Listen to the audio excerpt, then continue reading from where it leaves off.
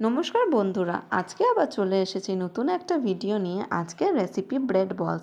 প্রথমে আমরা আলু সেদ্ধ করে পরে তার মধ্যে আদা কুচি, পেঁয়াজ কুচি, লঙ্কা কুচি, ধনে গুঁড়ো, জিরে গুঁড়ো, শুকনো লঙ্কা গুঁড়ো, পরিমাণ মতো নুন দিয়ে মাখিয়ে ভালোভাবে এক সাইডে রেখে দেব।